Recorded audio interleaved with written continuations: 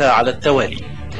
رئيس الإدارة الفنية بالاتحاد الإفريقي الكابتن شطة قدم عرضا مبسطا للدورة، وعرض بعض لقطات من مباريات البطولة في محاولة منه لإنعاش ذاكرة المدربين والسادة الحضور حول أهم المباريات واللحظات التي عاشوها في أنجولا. اعتمدنا على اللاعبين المحليين في الدوري المحلي، لأن احنا دايما بنحب ان احنا نظرنا وعينينا تكون على اللاعبين اللي احنا بنختارهم، ويمكن دي جاية في وقت ان احنا ما عندناش لاعبين محترفين في الخارج بالكثرة العددية اللي من خلالها نقدر نتابعهم، وفي نفس الوقت بيبقوا تحت عينينا اللي من خلالها نقدر نختار اللعيب اللي هو بنحس ان هو ممكن يدي بشكل جيد ويكون ظاهر مع ناديه ويكون ملتزم ويكون سيره وسلوكه. ده اهم حاجة، يكون سيره وسلوكه عشان ما تترجمش لحاجة تانية يا كابتن شطة. كل ما نتجمع فترات طويلة بنقدر نوصل بلاعبتنا للأفكار اللي احنا عاوزين نوصل بيهم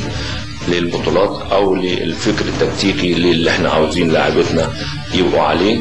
عشان كده بنقول دايما لما بنتجمع فترات طويلة بتبقى احسن بكتير من ما نتجمع فترات بسيطة.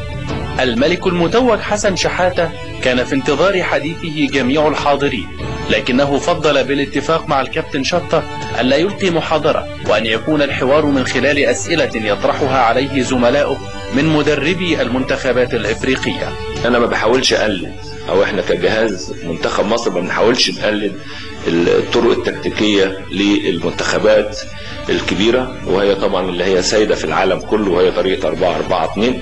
احنا بنلعب بالطريقة اللي هي نحس ان لاعبتنا تقدر تستوعبها، لاعبتنا تقدر تنفذها في الملعب بشكل يختلف عن كل الطرق اللي بتلعب بيها المنتخبات سواء الافريقية او الاوروبية. بعد كل الحاجات دي لا نغفل توفيق ربنا سبحانه وتعالى، لان نسبة التوفيق دي لازم في كل مباراة تبقى موجودة، لان في توفيق وعدم توفيق. فاحنا بنتمنى دايما ان يبقى في توفيق ويبقى عندنا توفيق ان شاء الله. ما حصلش خلال ال6 سنوات اللي فاتوا ان في حد ضغط علينا من المسؤولين عن المنتخب ان احنا نجيب لعيب عن لعيب اخر. ممكن يكون في ضغط وفي ستريس جامد من الاعلام، لكن احنا ما بنسمعش الاعلام.